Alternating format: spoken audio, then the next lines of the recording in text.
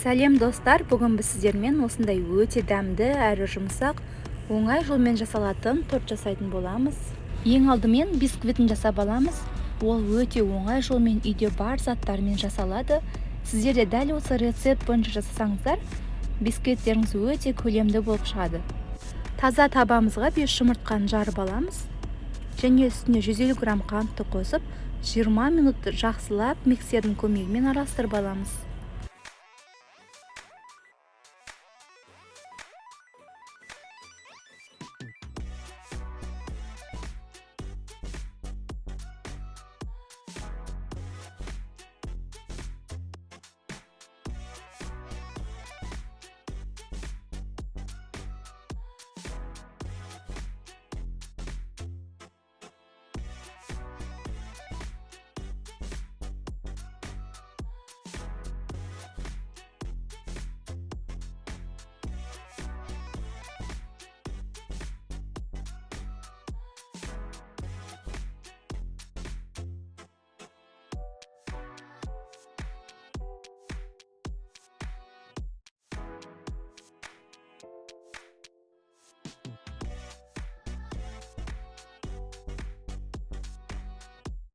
Міне біздің массамыз 2 есе көлемді болып ұлғаяды.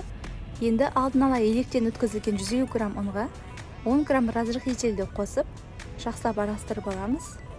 Оны қасықпен немесе күрекшенің көмегімен бір қалыпта дәл видеодағыдай араластыратын боламыз.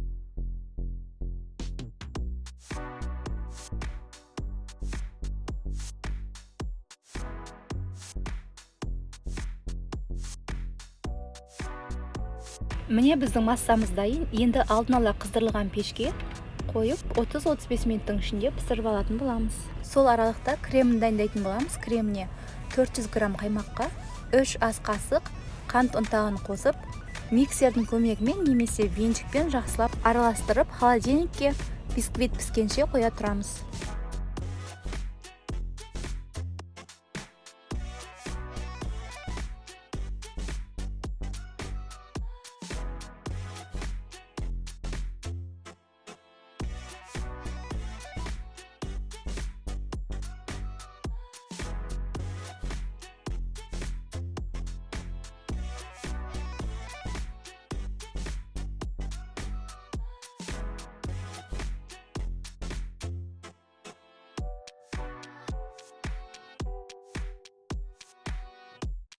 Міне біздің бисквитіміз дайын, өте үлкен, көлемді болып көтеріліп піскен.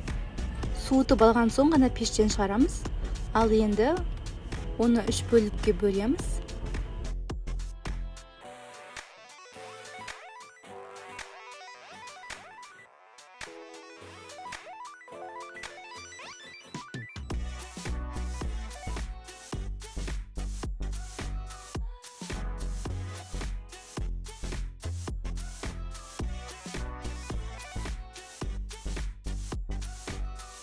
Арасына осылай кремдерімізді жағып, бетін жақсылап тегістейтін боламыз.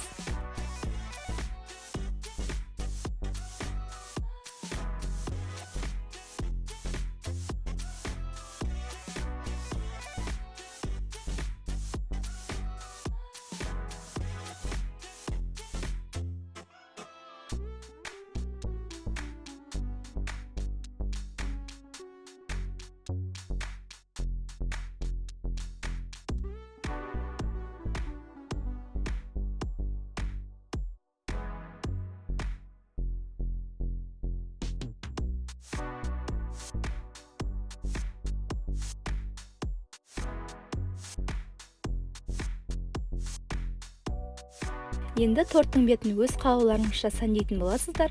Мен мандарин, киви және ортасына банан қойдым. Міне тортымыз өте әдемі болып шықты. Сіздер де дәл осы рецепт бойынша жасап көріңіздер. Видео ұнап жатса лайк басып, тіркеуге кетуді ұмытпаңыздар.